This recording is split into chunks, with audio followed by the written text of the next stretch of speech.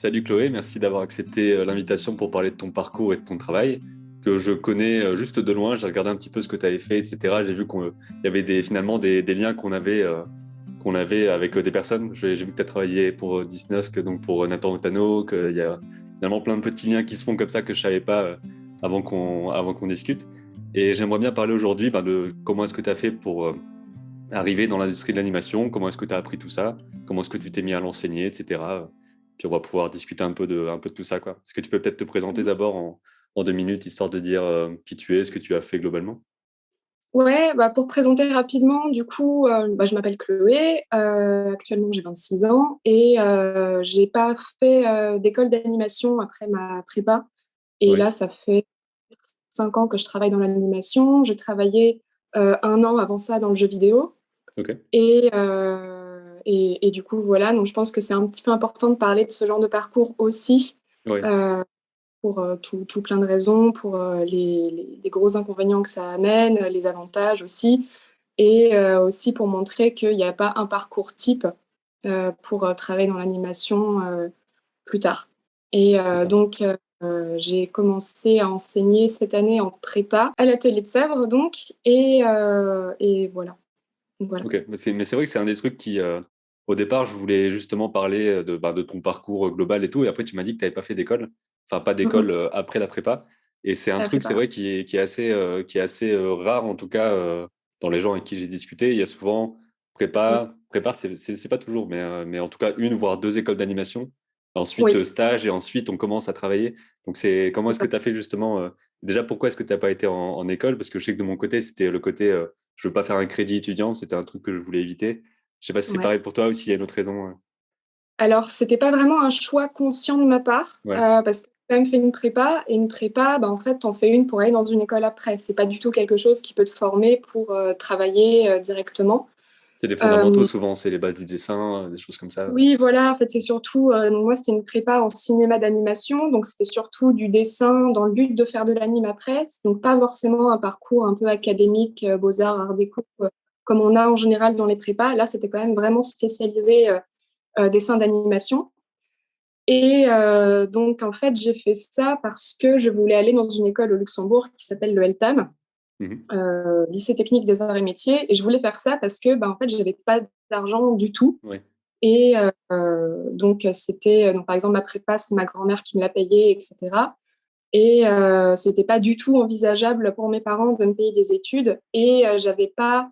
Et nos profs nous mettaient quand même pas mal en stress par rapport à l'industrie, comme Ouais. quoi il y avait pas vraiment de travail en fait en animation 2D à ce moment-là. Et Et c'était il y a combien de temps ça? C'était il y a une dizaine c'était d'années max, quoi, non?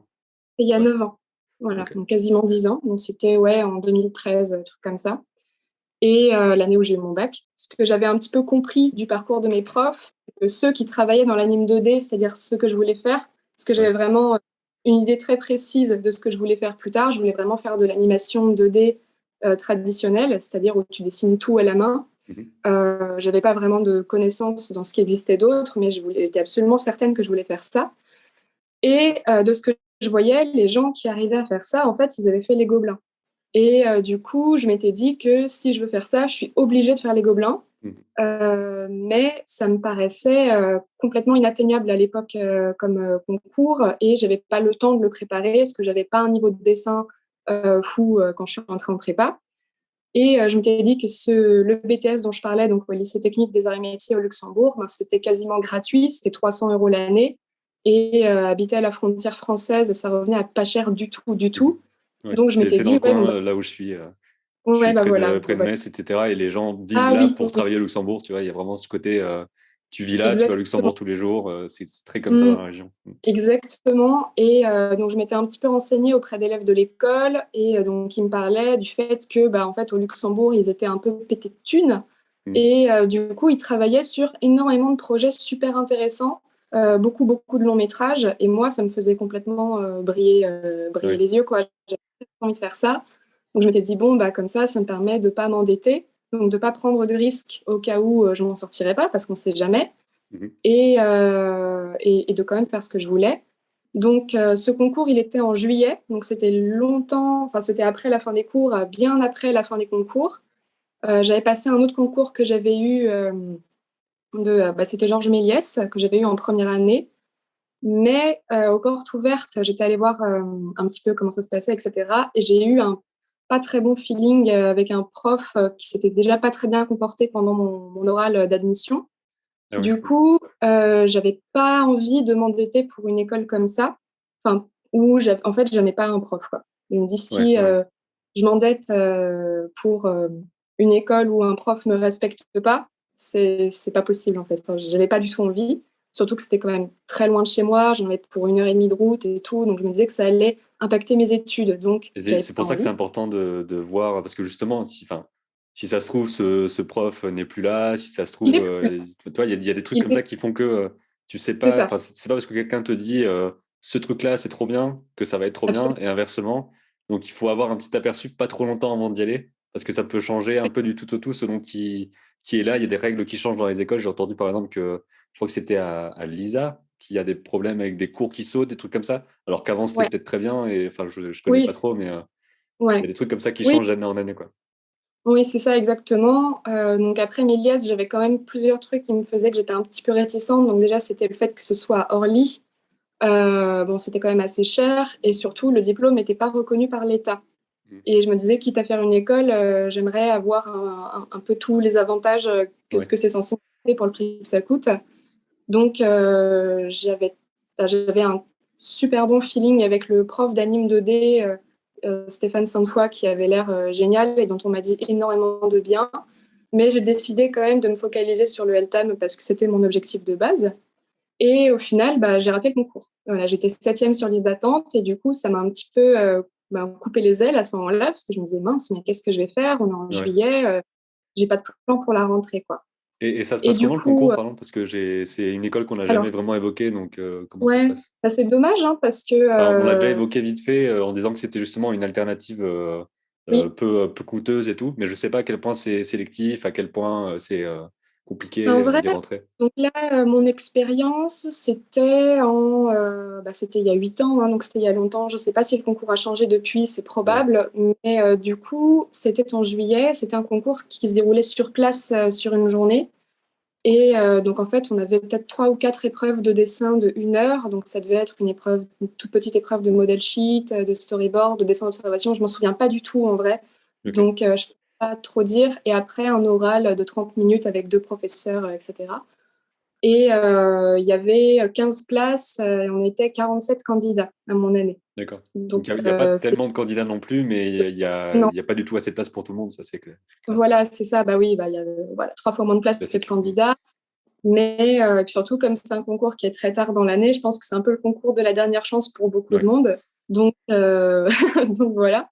Mais non, enfin non, ça ne l'a pas fait pour moi. Mais du coup, cette école, en fait, c'est un BTS qui est vraiment dans un lycée. Donc, tu as un collège à côté, donc tu as des gosses de sixième qui passent à mm, côté de toi, un réfectoire où il y a tout le monde qui est réuni, enfin un lycée, quoi. ouais, Et de ce que j'ai compris, c'est surtout des profs passionnés en fait, qui donnent les cours. De ce que j'ai compris, hein, ça a peut-être ok, changé depuis. Donc, ils s'y connaissent quand même. Hein. Il me semble qu'ils ont été formés par les Gobelins, un truc comme ça. Enfin, c'est un peu lointain, donc je m'en souviens pas très bien, mais ils savent de quoi ils parlent quand même. ouais, ouais, Et à l'époque, une semaine sur deux, c'était un intervenant professionnel qui venait dans l'école pour donner cours. Je crois que c'était un vendredi sur deux ou quelque chose comme ça.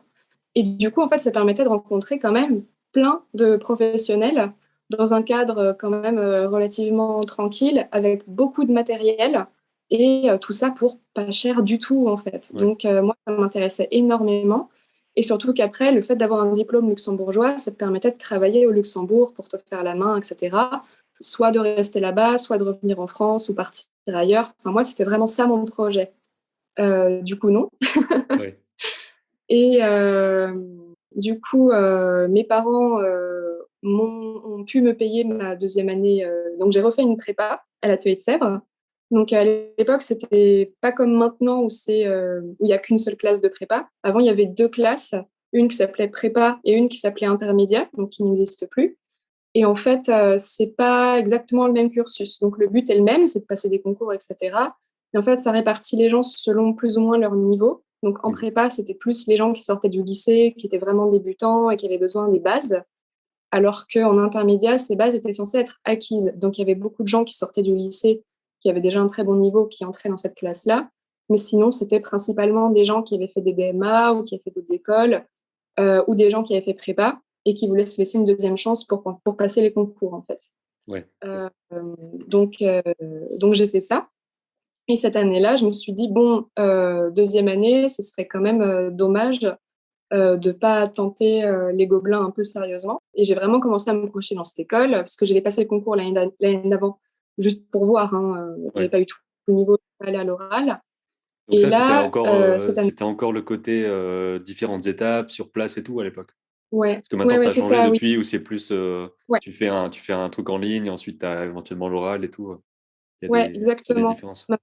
Maintenant, enfin, il faut qu'ils fassent un Tumblr en fait avec tous Mm. leurs dessins classés par ordre chronologique pendant l'année. Ils n'ont pas de book à faire en fait comme c'était à mon époque. Ouais. Et ils sont triés sur leur book maintenant. Alors qu'avant, on passait un concours écrit, donc on était 500, 600 personnes dans une salle. On avait 7 heures d'épreuve, 2 épreuves de 3h30. Et sur les 600, il y en avait 60 qui passaient à l'oral. Mm. Donc, la première année où je l'ai passé, j'y suis pas allée. La deuxième année, donc ma deuxième année de prépa, là, je suis allée à l'oral. Mais en fait, j'avais tellement travaillé l'écrit que j'avais quasiment rien dans mon book et j'ai dû quasiment tout faire en 3 semaines. Et Ah j'ai ouais. raté les Gobelins à 3 places. J'étais troisième sur liste d'attente. Donc, Ok. je me suis dit, ah, Ouais, pas loin. décidément, est pas loin. Et donc, j'ai pas retenté le LTAM parce que je me suis dit que bon, bah, je suis si proche, ce serait bête d'aller dans une autre école, enfin de retenter une école comme ça, alors que j'étais vraiment à ça Mm. d'avoir les Gobelins. Et je me suis dit, bon, bah, l'année prochaine, c'est bon, du coup. Et du coup, j'ai fait une année sabbatique et je me suis pas très bien organisée, donc ça s'est pas très bien passé. Je suis retournée à l'oral des Gobelins, mais cette fois, je l'ai pas eu, j'étais pas sur liste d'attente, rien du tout.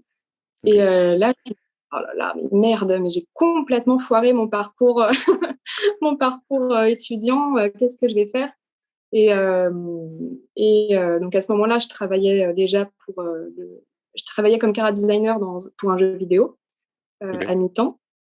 C'était une mission qui devait durer 6 mois, donc j'avais passé un test, etc. Donc ça, tu Et avais au final, postulé quelque part. Il y en avait eu un fait, truc qui a fait que tu as eu l'occasion de le faire. ouais, en fait, c'était un ami qui était dans une autre école d'animation à Paris, qui était directeur artistique sur ce jeu vidéo, qu'il montait avec un ami à lui Ok. et qui faisait passer des tests, etc. Donc, on devait être, je sais pas, 5 ou 6 à passer les tests, on était 2 à être pris. Et au final, donc c'était un projet, donc c'était un jeu mobile, euh, voilà, enfin, c'était sympa quoi, c'était un petit projet un peu mignon. Et du coup, on était deux personnes, deux graphistes, plus le directeur artistique qui supervisait un petit peu tout. Et on faisait, donc mon job, c'était de faire les concepts de Cara Design, puis de faire les marionnettes qui pouvaient être animées ensuite par les animateurs. Donc, j'étais pas animatrice à ce moment-là, je faisais juste Ouais. les personnages. Et du props. Donc, les props, c'est tous les objets qui sont pas animés, que tu places un petit peu comme ça dans le décor pour donner de la vie, etc. Et du coup, j'ai fait ça pendant un an.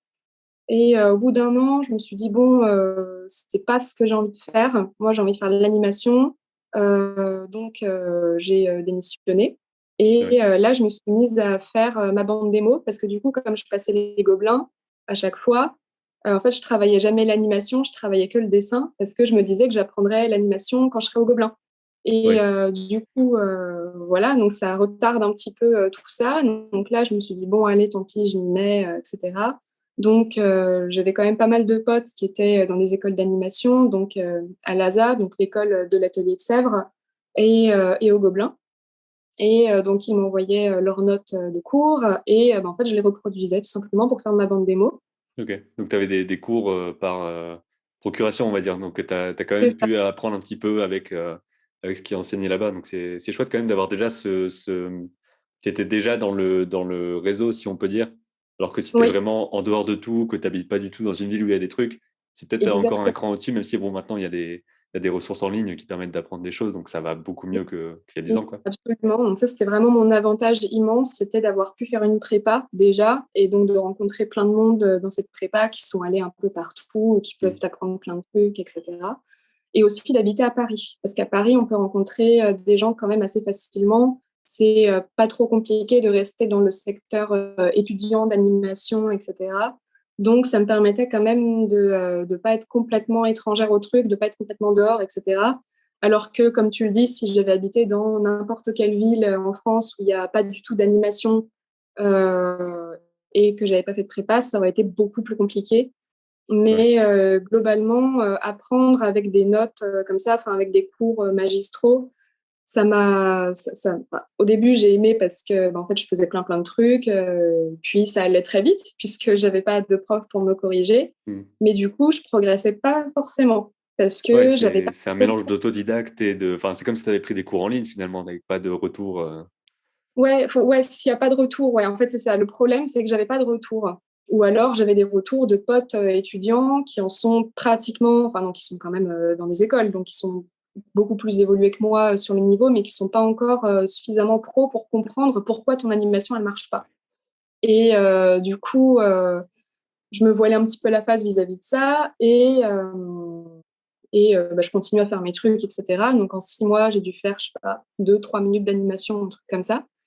Et puis, un jour, j'ai rencontré quelqu'un qui était chef clean-up, en fait, sur un long métrage et sur Petit Vampire.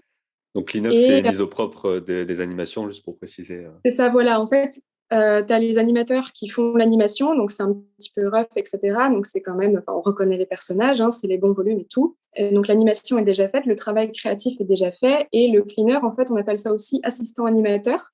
Il arrive derrière pour faire soit les intervalles, soit le clean, soit les deux, la plupart du temps. Et en gros, il va poser l'image définitive sur le dessin. Et donc, en fait, le dessin du cleaner, c'est celui qu'on voit à l'écran. Donc voilà, globalement, c'est ça. Et donc, je lui explique un petit peu mon parcours et tout. Et il m'a dit que lui, en fait, il a vécu la même chose, mais je sais pas, 15-20 ans plus tôt. Ouais. Et du coup, moi, je me dis, ah bon, il y a des gens, ça existe et tout. Et Et là, il était dans le milieu, il complètement était dans dans le le métier et tout ça, milieu donc ça montre que complètement, c'est possible. Ouais. Ouais. complètement. Et donc, suite à cette interaction, il me dit, bah, envoie-moi ta bande démo et si ça va, on te prend en stage. Ok. Et je me suis dit, waouh, trop bien, ce serait génial et tout. Donc, je fais tout ça, mais je sens le problème arriver, c'est que je suis pas étudiante Ouais, et j'avais tu peux demandé pas pour faire les conventions de stage, des trucs comme ça, il faut un document exactement. administratif, Il quoi. faut être étudiant et voire même, vaut mieux être étudiant dans une école d'animation. C'est-à-dire que je m'étais dit, ouais, si je m'inscris à la fac, peut-être qu'ils peuvent me faire une convention de stage. Et là, on m'explique que, bah non, justement, pour éviter les fraudes, les abus et les gens qui s'inscrivent pour rien, on ne donne pas de convention avant la L2. Donc, je me Ah dis, oui. ah, bon, c'est un peu long quand même là. Donc faire 2 ans Donc, de non. fac pour avoir un stage, c'est un peu Voilà, chiant. je me dis, c'est pas tout à fait, ouais, je vais pas le faire, quoi. Et surtout que c'était pour les 3 mois qui suivaient. Donc, j'avais une autre solution qui est pas du tout légale pour le coup, c'est de payer un organisme qui m'inscrit dans une fac en Argentine ou je sais pas quoi et qui me fournit une convention de stage sous 2 semaines. Sauf que c'est pas légal de faire ça et si le Je savais studio même se pas que fait ça contrôler, existait, ces trucs-là. bah, voilà. Et donc, Tout je l'ai existe, dit en fait, c'est fou. justement pour mettre en garde les gens parce que je me disais, bon, j'avais vraiment pas de thune du tout. Je me disais, bon, il faut quand même payer 500 euros pour avoir cette convention de stage. Donc, je vais demander au studio si c'est OK. Et là, la productrice m'appelle et elle m'explique que non, c'est pas possible parce que c'est pas légal, etc. Donc, le stage, c'est mort. Ouais. Et Et le donc là, je studio me peut dis, avoir ah, des oh, problèmes derrière, quoi. voilà, il peut y avoir des gros problèmes. Et c'est pour ça que j'ai préféré jouer la carte de l'honnêteté et pas sortir la convention de n'importe où. Ouais. Donc, je l'ai beaucoup regretté pendant 2 secondes. Et juste après, elle me dit non, mais sinon, ce qu'on te propose, c'est de t'embaucher Mhm. et de te former sur place. Donc, on te donne un salaire pas ouf, mais qui reste quand même dans la convention collective et qui reste quand même 3 fois supérieur à une paye de stagiaire. Ouais. Et on te forme comme ça pendant 3 mois. Et d'abord, on fait un test d'une semaine. Si à la fin de la première semaine, on pense que c'est OK, on te garde et on te forme. Donc ça, c'est un Et truc donc, incroyable déjà d'avoir cette c'est opportunité-là. mais Donc, c'est le complètement gars, inespéré. tu l'as rencontré Ouais. comme ça, voilà, tu l'as croisé dans un endroit où il y avait des étudiants, un En un truc bar. comme ça. Pas Ok, du tout, d'accord. absolument pas. Donc là, c'était vraiment un miracle en fait, Ouais, complètement pour moi. Et surtout que la productrice que j'avais jamais rencontrée, parce que là, c'était le chef clean-up que j'avais rencontré, la productrice, j'avais jamais eu de contact avec elle. Donc c'était génial en fait pour moi comme opportunité de faire ça. Et du coup, du coup, j'ai commencé ce travail-là. À la fin de la semaine, du coup, ils m'ont gardée et puis ça s'est très bien passé. Et puis au final, ce monsieur donc qui m'avait, enfin, que j'avais rencontré à Paris, en fait, je me suis rendu compte que tous les gens de l'équipe, c'était des gens qui l'avaient un peu pêché comme ça. ah ouais. Et c'est C'est quelque chose le qui me chasseur fait de tête un d'animateur, quoi. peu, Ouais. ouais, c'est ça. Et tu te dis, ouais, il y a des gens qui, en fait, il y a des gens qui sont quand même vraiment très bienveillants. Il faut vraiment tomber dessus, hein, parce que les studios, ils n'ont pas forcément le temps et l'argent ou la structure pour former, mais ça existe quand même. Donc après, Ouais. faut pas sortir de nulle part non plus. Moi, j'ai fait 2 ans de prépa, ça fait des années que je travaillais le dessin. Il faut avoir J'avais des plusieurs compétences à montrer. films. C'est ce qu'on dit à chaque Voilà, fois, c'est que le réseau est important. c'est Mais dans tous ça. les cas, il faut savoir faire des trucs parce Il que faut, je voilà, pense pas que tu il puisses, faut. je pense pas que tu puisses rester dans ce milieu-là quelques années et vraiment rien savoir faire du tout. Enfin, à mon avis, ça marche pas dans ce milieu-là, Non, quoi. Tu peux rester peut-être non, dans un autre milieu, être dans un bureau et faire des trucs où on sait pas trop ce que tu fais, mais tu restes quand même. Dans l'animation, je ouais. pense qu'il y a tellement un besoin de produire un truc visuellement cohérent que tu peux pas si tu arrives pas, quoi. Bah, c'est ça. Et puis surtout, il y a tellement de gens qui ont envie de faire ça. Il y a quand même beaucoup de travail. Donc, le premier contrat, c'est le plus difficile à trouver. Mais si tu fous rien, c'est vrai qu'il y a quand même beaucoup de jeunes qui sortent d'école, vraiment, vraiment beaucoup. Il y a énormément d'écoles qui ont ouvert et qui cherchent, qui sont hyper passionnés, qui ont même parfois des compétences de fou pour des sortants d'école et qui feront ton travail si toi, t'as pas envie de le faire, en fait, tu vois. Mhm. Ouais. Donc, je pense pas que tu puisses vraiment travailler dans l'animation, en tout cas pas sur le long terme, si t'es pas vraiment habité par ça.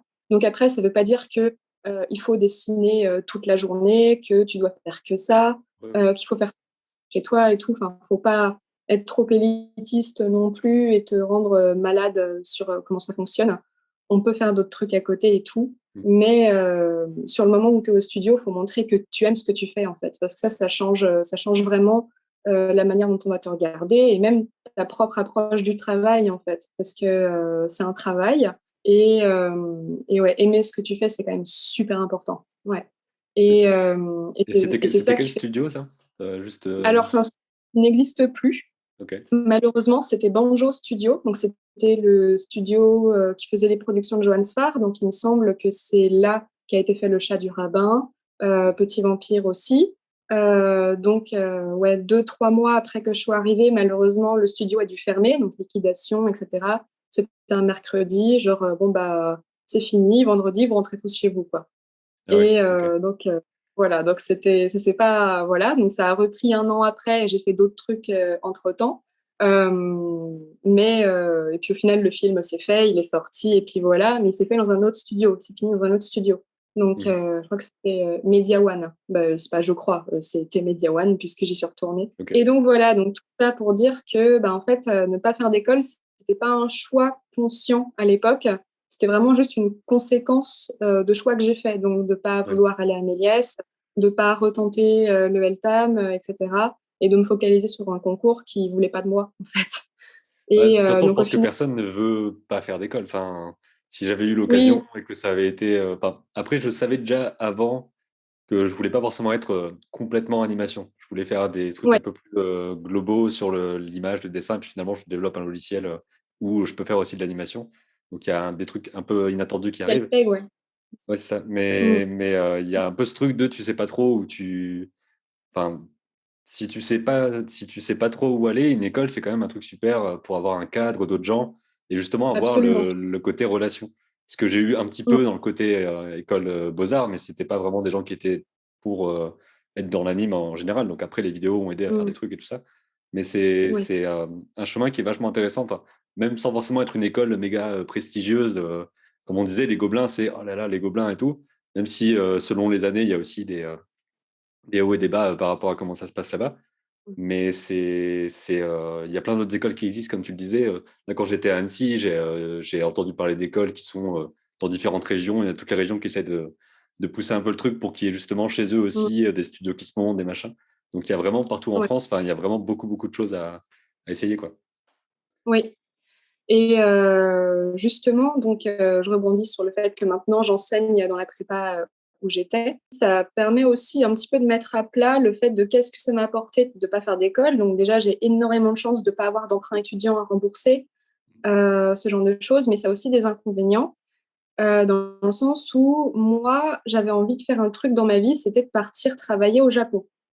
J'avais vraiment très envie de faire ça et en fait, pour travailler au Japon, il faut, pour avoir un visa travail, il faut un bac+3 dans le milieu de l'animation. Il y a des conditions très spécifiques. Je ne sais pas comment c'est pour l'animation, mais il y a apparemment des choses où tu dois avoir tant d'argent sur un compte pour Oui, dire, OK, tu vas pas juste être dans la merde là-bas. Enfin, il y a des trucs, vraiment, quand on veut y oui, travailler, évidemment, en touriste, c'est très différent. Mais quand on veut y travailler, il y a des oui, critères assez précis et c'est beaucoup moins facile oui, de rentrer là-bas que de venir, par exemple, d'un pays européen pour étudier en France.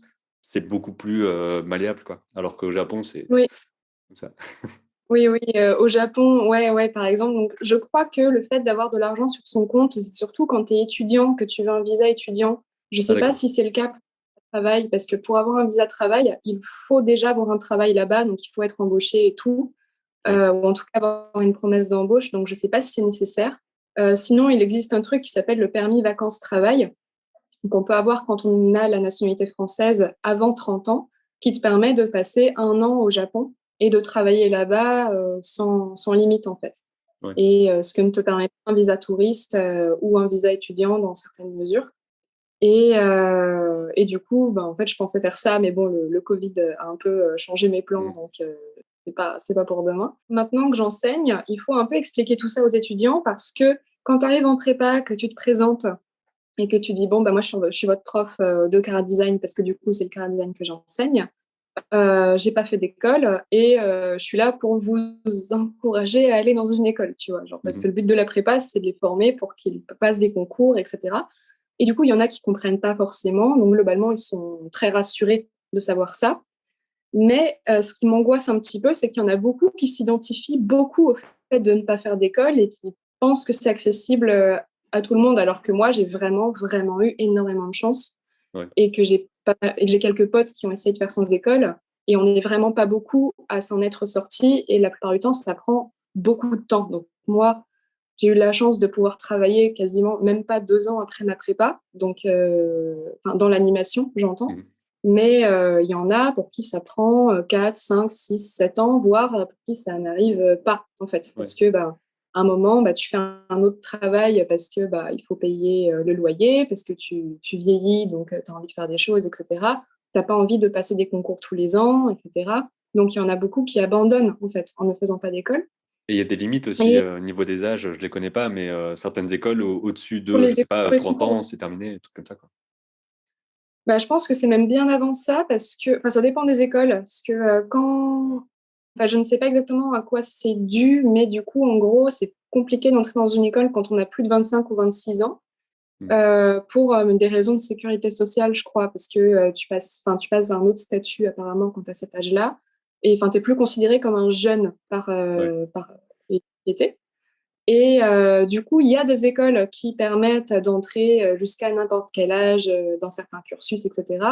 Voire même au Gobelin, quand tu vas entrer en master, je crois qu'il n'y a pas de limite d'âge, en tout cas pas pour leur section internationale, où tu as des gens qui ont plus de 30 ans, qui passent le concours et Mm. qui sont pris. Alors que ce n'est pas du tout le cas pour la première année, même à l'époque où ce n'était pas réservé au bac+1, quoi. Mais oui, donc expliquer aux étudiants que bah, c'est important quand même de faire une école parce que en fait, il va y avoir toute une émulation avec un groupe Mhm. qui va te permettre de voir plein de choses et pas forcément de travailler que l'animation, mais de t'épanouir en fait artistiquement parce que c'est important aussi, mine de rien. Et ça, c'est quelque chose que j'ai pas du tout pu faire toute seule parce que du coup, tu es Ouais. un peu limité quand tu es.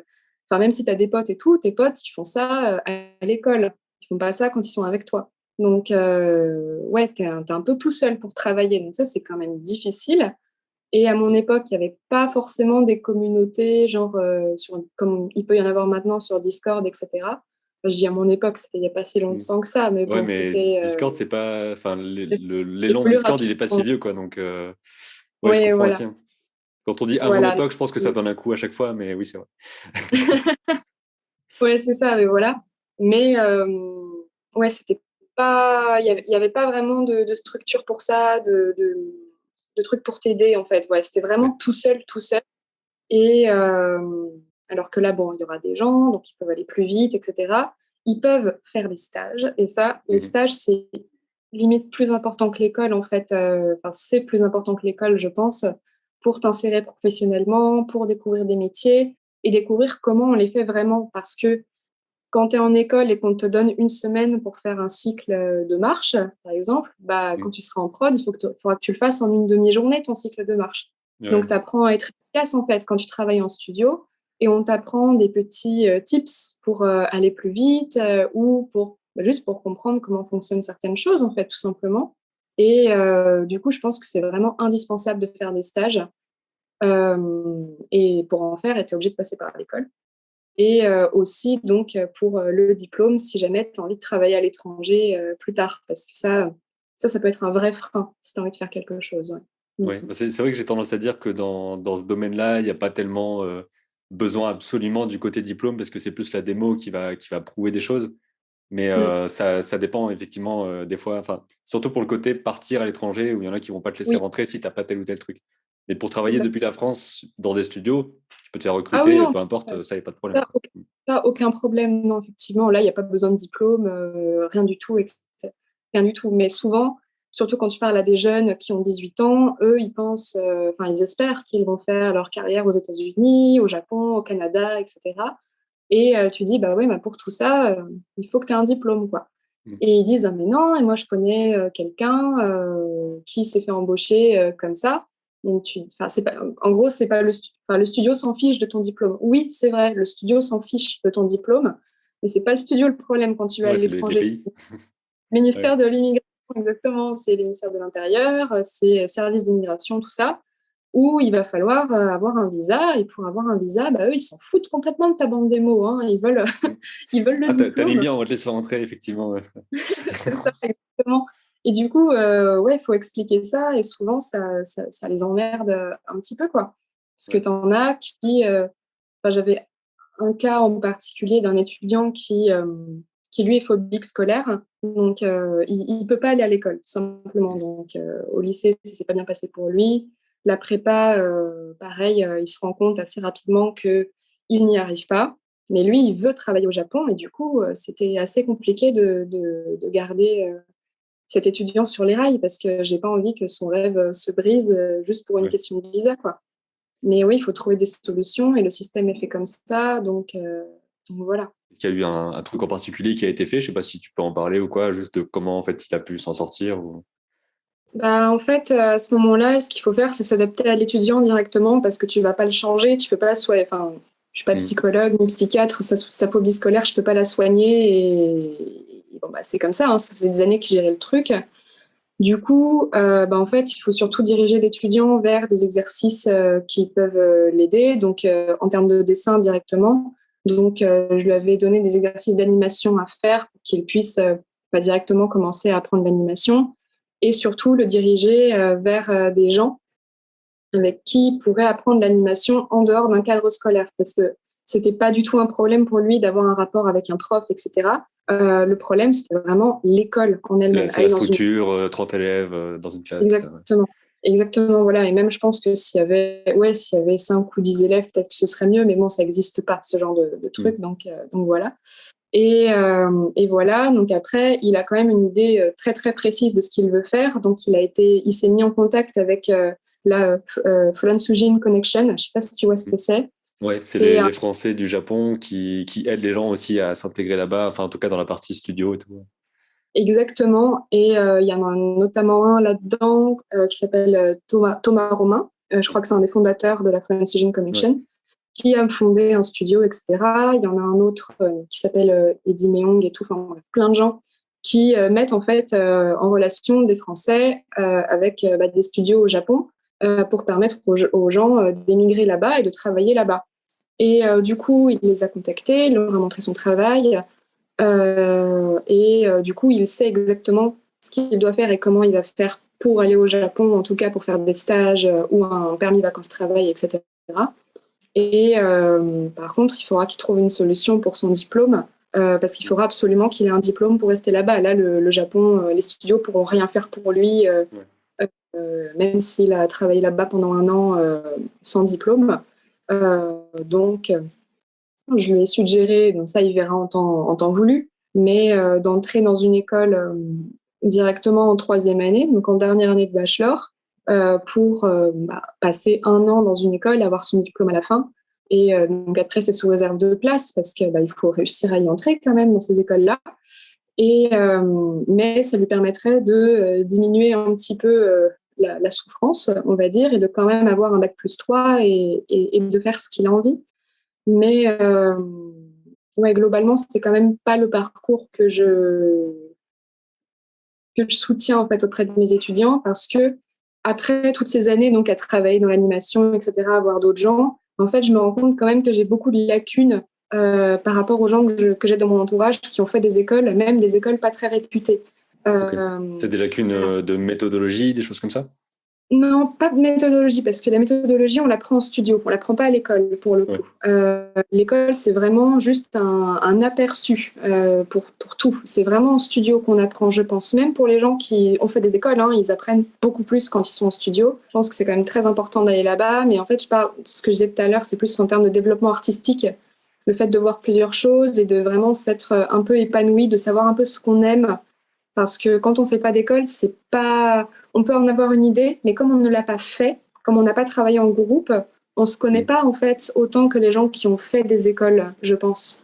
Du coup, je regrette pas du tout de pas avoir d'emprunt étudiant, bien sûr, mais oui, j'aurais bien aimé que ça se passe autrement quand même. Ouais, ça aurait permis d'appréhender le monde du travail avec un peu moins de stress, je pense, et ouais, un peu mieux se vendre, et surtout d'avoir droit à l'erreur, d'avoir le droit de tenter, notamment en stage, parce que quand tu fais pas d'école et que tu es embauché directement, Des enjeux. tu peux pas, voilà, tu peux pas tester en fait. Il faut que tu sois opérationnel tout de suite, et si tu l'es pas, bah on te vire en fait, tout simplement. Même Donc si, comme t'as pas enfin, ton droit.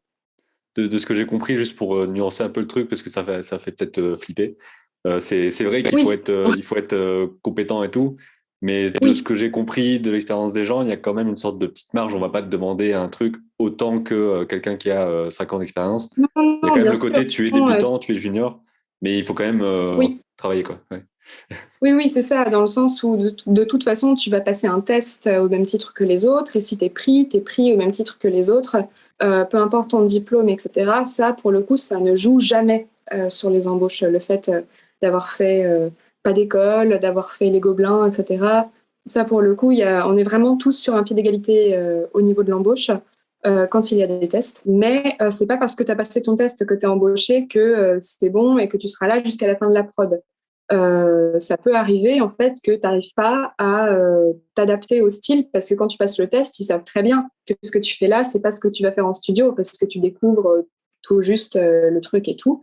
Et c'est comme ça pour tout le monde. Mais après, il y a des gens qui s'adaptent plus ou moins, qui sont plus ou moins efficaces dans les quotas. Et ils vont être plus sympas avec les juniors aussi parce qu'ils sont un peu moins payés. Mais il y a quand même des limites. Donc si jamais ça ne le fait pas, c'est ciao, parce il faut que la prod se fasse aussi à un moment. Donc après, c'est pas pour être alarmiste. Moi, globalement, ça s'est toujours bien passé. Je suis tombée sur des gens qui étaient patients, qui étaient prêts à échanger avec toi. Donc parfois, ça se passe très bien. Il n'y a pas du tout besoin d'être recadré ou d'avoir un petit moment en formation ou quoi. Mais parfois, c'est nécessaire, et c'est très bien quand on tombe sur des gens qui ont cette patience et cette Ouais. pédagogie-là, y compris quand on travaille depuis 3, 4, 5 ans, etc. Mais après, ça vaut aussi pour des gens qui ont fait des écoles. Parce qu'on ne Oui, sait pas tout une école. c'est ça. Et comment Mm. ça s'est, enfin, justement, toi, t'as pas eu la transition de l'école vers le côté pro, mais est-ce qu'il y a Mm. des choses qui étaient, par exemple, différentes de ce que tu imaginais, des façons de procéder, tu vois, comment ça marche le travail en équipe? Est-ce qu'il y a des trucs qui t'ont un peu surprise sur, ah tiens, ça marche comme ça dans la vraie vie des productions? Je sais pas s'il y a un truc qui te vient. Ouais, j'ai trouvé ça assez horizontal. ouais, dans la hiérarchie Ok. par rapport à ce à quoi je m'attendais. Moi, j'avais entendu des trucs du style, ouais, les animateurs, ils disent pas bonjour aux cleaners, tu vois. Ah ouais. Et du coup, je me disais, bon, oh là là, c'est pas cool et tout. C'est pas vrai. Tu vois. Genre, ça n'existe pas, C'est des vraiment sortes de pas. légendes pour faire peur. Ouais, ouais, je sais pas. Ou alors, il y a Ou des alors ça dépend gens. des studios vraiment, et peut-être qu'il y a des cas où c'est Ouais, un peu comme ouais, ça. je suis tombée que sur des gens gentils. Donc, ça ne m'est pas arrivé, Ouais. je pense. Mais oui, oui, non, j'entendais des trucs comme ça, donc qui n'ont pas vraiment lieu. J'ai l'impression que tout le monde a un peu droit à la parole. Euh, on te demande pas forcément ton avis, hein, évidemment, mais les gens font quand même vachement attention à comment tu te sens. C'est moins Mm. l'usine que ce à quoi je pensais. En tout cas, là où j'ai travaillé, l'animation 2D, Et c'est t'étais quand même. sur du long métrage principalement? Oui, Et c'est oui, peut-être oui. ça aussi qui joue, alors que la série, c'est peut-être un peu plus J'ai fait allez, vas-y, fais que les du trucs en boucle. Ouais. J'ai fait que du long métrage, un peu de pub et un peu de jeux vidéo. La pub et le jeu vidéo, c'est très, très horizontal. Genre vraiment, il y a personne à part le client qui est au-dessus de toi, etc. Enfin, vraiment, c'est très facile de communiquer avec les gens, de soumettre des idées, etc. Long métrage, c'est très organisé. Donc, en fait, il n'y a même pas besoin de... Ouais, c'est vraiment très organisé quand même. Donc, c'est bien. Des trucs à quoi je ne m'attendais pas, on va dire que c'est plutôt en termes de méthodologie sur mon tout premier contrat sur Petit Vampire où en fait je pensais que je savais animer parce Ouais. que j'avais fait beaucoup, beaucoup de trucs quoi. Et quand mon chef, je regarde l'animatique le jour où j'arrive, etc. Donc je vois le film. Et quand j'ai fini, il me demande de venir pour m'expliquer globalement comment fonctionne le métier de cleaner. Et ça dure peut-être une dizaine de minutes. Et en 10 minutes, il m'a appris tellement de choses que j'ai dû jeter toute ma bande démo que j'avais faite Ok. l'année. Et du coup, j'étais un peu frustrée parce que, mais très légèrement, parce que je me disais, oh, mais si j'avais su ça plus tôt, parce Ouais. que ça a vraiment pris 10 minutes, quoi, où il m'a vraiment expliqué des trucs que juste j'ai pas deviné toute seule et que tu comprends pas forcément quand tu le lis dans un bouquin, etc. C'est vraiment important qu'il y ait quelqu'un qui soit là et qui te montre directement comment ça marche et comment on fait. Et quand tu fais une erreur, comment faire pour la repérer, etc. Donc le fait de flipper tes dessins et tout, l'importance du jeu de clavier, je ne me rendais pas compte à quel point c'était important. Ouais. Et du coup, quand je vois mes étudiants qui font de l'animation sur Procreate, ça m'énerve en fait. Tu vois, je me dis non, mais en fait, vous ne Mm. pouvez pas voir vos erreurs sur un logiciel comme ça. Il faut que vous ayez votre main sur un truc pour vraiment regarder, enfin pour faire vibrer vos dessins et voir ainsi les sautes de volume, la courbe, etc., comment ça fonctionne.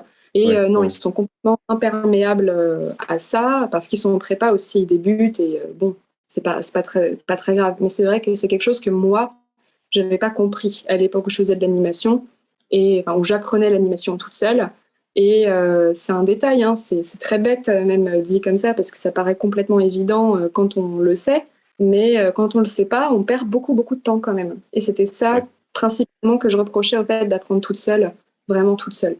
Parce Bah, qu'on c'est peut vrai qu'il y a le apprendre. côté, par exemple, sur ben, Calipeg et d'autres, on a le côté onion skin, on voit les images d'avant-après. On a tendance peut-être Ouais. à se baser trop là-dessus, mais on a aussi rajouté des outils de flip et des outils de ben, les Oui. touches des claviers, des trucs comme ça. Mm. Parce que justement, on sait Oui, oui. que du côté pro, si t'as pas ça, c'est vraiment le bordel, quoi.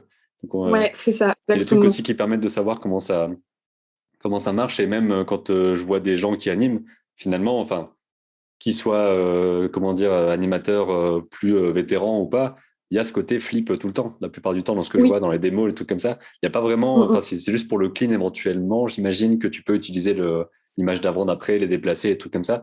Mais sinon, c'est vraiment tu vas mm. à l'image d'avant, tu flippes quoi, pour savoir où t'en es. Ouais, bah en fait, on flippe énormément aussi en clean parce qu'en fait, ça te permet de voir tes sautes de volume, chose que tu vois pas forcément quand tu utilises seulement l'onion skin. Donc, Oui, l'onion skin, ok. c'est super important et c'est un outil indispensable au moment où tu dessines, mais pour vérifier genre quand tu as fait ton dessin et pour les comparer, il faut flipper, absolument. Mm. Absolument. Mm.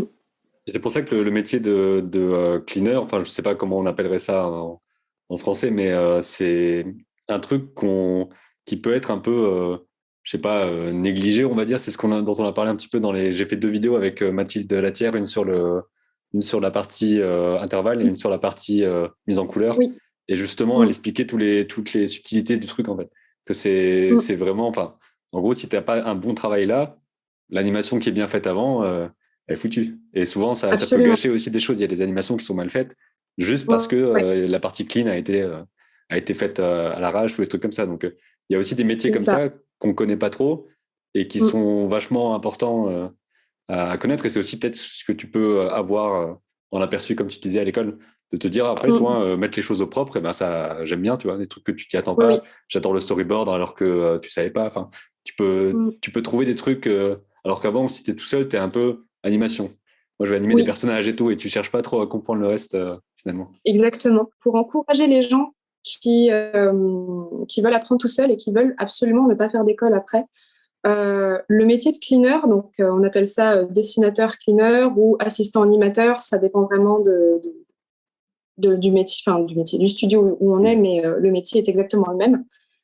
Globalement, c'est un métier qui est, oui, qui est vu de haut par quelques personnes parce qu'il n'y a pas beaucoup de processus créatifs dedans. Où là, c'est vraiment un métier qui est technique, où le but, ça va être justement qu'on ne perçoive pas la différence entre bah, ton plan, le collègue d'à côté, etc. Enfin, le but, c'est vraiment d'homogénéiser le film le plus possible.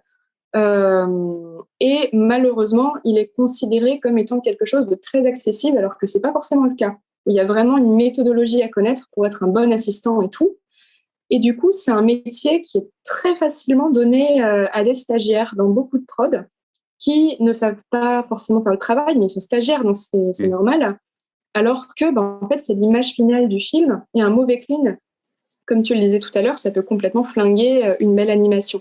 Ce que je conseille aux personnes qui veulent faire de l'animation traditionnelle et qui ne font pas d'école, qui débutent, ou même ceux qui font des écoles hein, d'ailleurs, c'est de commencer par un poste d'assistant animateur ou de cleaner, parce que en fait, ça va apprendre énormément de choses en animation, parce que tu vas travailler directement sur des animations de pros, de gens qui savent ce qu'ils font depuis longtemps, etc. Ou pas Mm. forcément depuis longtemps, mais bon. Et du coup, ça apprend à gérer les cours d'animation, ça apprend à faire du lip sync, ça apprend à faire énormément de choses, à gérer un acting tout simplement. Et j'ai jamais autant progressé en animation que quand j'ai fait du clean, en fait. Ça m'a Mm. fait comprendre énormément de choses et je recommande vraiment, vraiment ce métier, soit uniquement genre en tant que carrière, soit pour faire de l'animation après. Ok. Vraiment. Mm. Bah, je pense qu'on a Voilà. fait un petit tour de ton Oui. parcours et tout ça. Comme je le dis à chaque fois, si Mm. jamais il y a d'autres trucs dont tu voudrais parler, tout ça, c'est toujours ouvert à ce qu'on fasse d'autres vidéos. Je pense que les gens, de toute façon, ils aiment bien écouter n'importe quel type de témoignage sur l'industrie et tout ça. Enfin, il y a toujours des trucs Mm. pertinents à dire. Et puis voilà, quoi. Mm. Merci d'avoir partagé tout ça. Bah, je t'en prie, merci beaucoup.